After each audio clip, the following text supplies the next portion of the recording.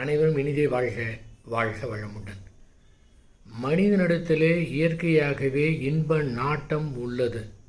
அதன் காரணமாக சாதாரண மனிதன் தன்னுடைய இன்ப நாட்டத்திற்காக எதையுமே கவலைப்படாமல், சமுதாயத்தை பற்றி கவலைப்படாமல் செயல் செய்து கொண்டிருக்கின்றான்.